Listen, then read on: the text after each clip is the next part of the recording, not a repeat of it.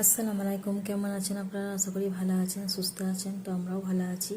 তো কাপড় চোপড় আমরা সব মেলে দিচ্ছি। কাপড় চোপড় আজকে প্রচুর পরিমাণে বেশি হয়েছে।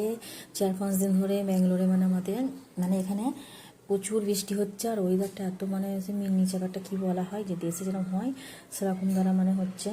তো রোজ দোবো দোবো করে দেওয়া হচ্ছে না, তাও হাতে একটা দুটো করে কেচে নিতাম, তো ভাবলাম না দিয়েই দিই আজকে। তাও মেঘলার মধ্যে হাওয়ার মধ্যেই শুকাচ্ছে।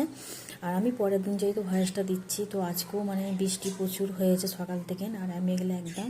তো কাপড় চোপড় হয়তো আজকে দিলে শুকোতোই না। তো যেহেতু আজকে মহরম বুধবার রেখেছিলাম, এই জন্য সেমিটা রান্না করে নিলাম। আর ছোলা ভেবে নিয়েছিলাম, আলু দিয়ে কুচি কুচি করে কেটে এরম করে বাবা খায়। ওর বাবা তো বিকেলে এসছিল ছেলেকে ডাক্তার বাড়ি লেগে গিয়েছিলো।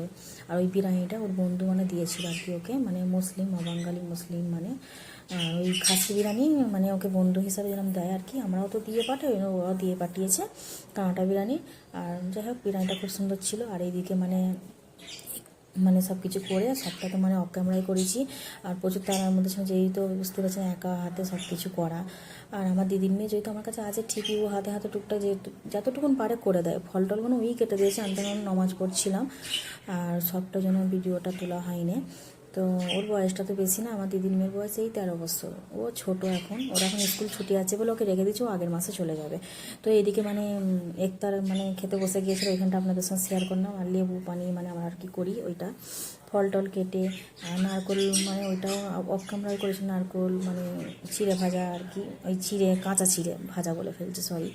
তো যাই হোক, আর ডালটা দেখাচ্ছি, যেটা হাতে নিলাম ওইটা হচ্ছে আমাদের বাঙালি ডাল, ছোটো ডাল, ওইটা 250 টাকা কিলো। এখানে বাঙালি যেহেতু দোকান আছে, আপনারা জানেন তো, বহুতই বাঙালি দোকান আছে এখানে।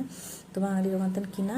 আর এটা হচ্ছে ভাঙা ডাল, এখানে অবাঙালিদের দোকান থেকে এটাই পাওয়া যায়। তো দুটোই টক করে সেদ্ধ হয়ে যায়, কিন্তু আমাদের বাঙালি ডালটার বেশি স্বাদ, কারণ ওই ডালটা ছোটো ছোটো না, দামটাও বেশি। আর এই ডালটা 140 টাকা কিলো, আর ওইটা হচ্ছে 250 টাকা কিলো।